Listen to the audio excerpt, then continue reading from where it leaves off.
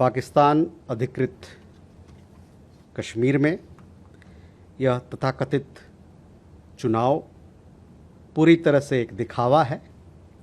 वास्तविक स्थिति तो वहाँ हो रहे जन प्रदर्शन और पाकिस्तानी बलों द्वारा की जा रही निर्मम हत्याओं की है। इस प्रकार की खोखले कवायदें वास्तविकता को छिपा नहीं सकती। इस वर्ष जून से अब तक वहाँ जन प्रदर्शन जो चल रहा है उसमें करीबन 90 लोग उसमें मारे गए हैं और कई एक अन्य उसमें घायल हुए हैं। पाकिस्तान की सत्ता व्यवस्था ने जनता के असंतोष का जवाब गोली से, संचार बंदी से, धमकी से और दमन से दिया है और अब एक खोखले चुनावी अभ्यास के माध्यम से वैधता का भ्रम पैदा करने का प्रयास कर रही है। इसके लिए उसे जवाबदेह ठहराया जाना चाहिए और विश्व समुदाय को मानव अधिकारों पर पाकिस्तान के पाखंडपूर्ण उपदेशों के इस खोखले मुखौटे के पार वास्तविकता को देखना चाहिए।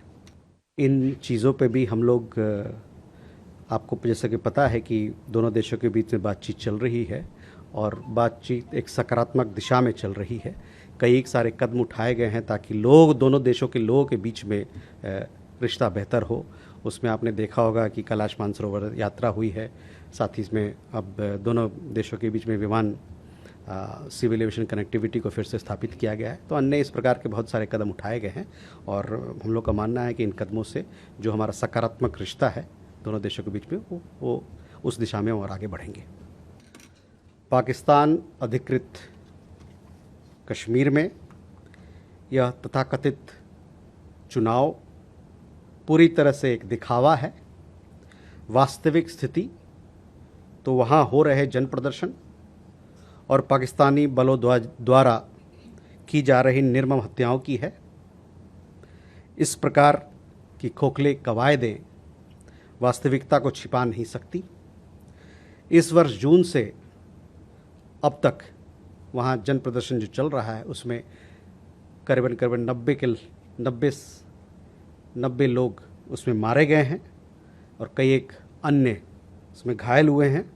पाकिस्तान की सत्ता व्यवस्था ने जनता के असंतोष का जवाब गोली से, संचार बंदी से, धमकी से और दमन से दिया है और अब एक खोखले चुनावी अभ्यास के माध्यम से वैधता का भ्रम पैदा करने का प्रयास कर रही है।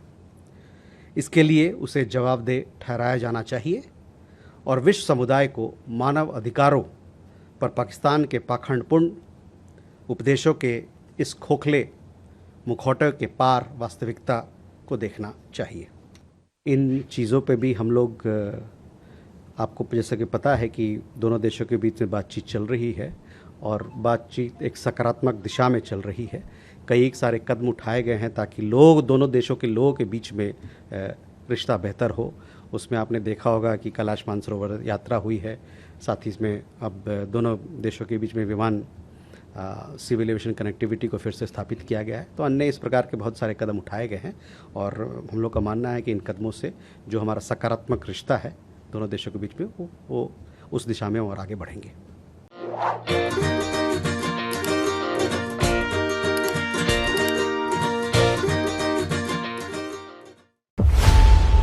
खबरों की रणभूमि में यहां शोर नहीं, सोच लड़ती है। जहां शब्द नहीं, फैक्ट्स वार करते हैं और हर सवाल खोलता है सच की नई परत।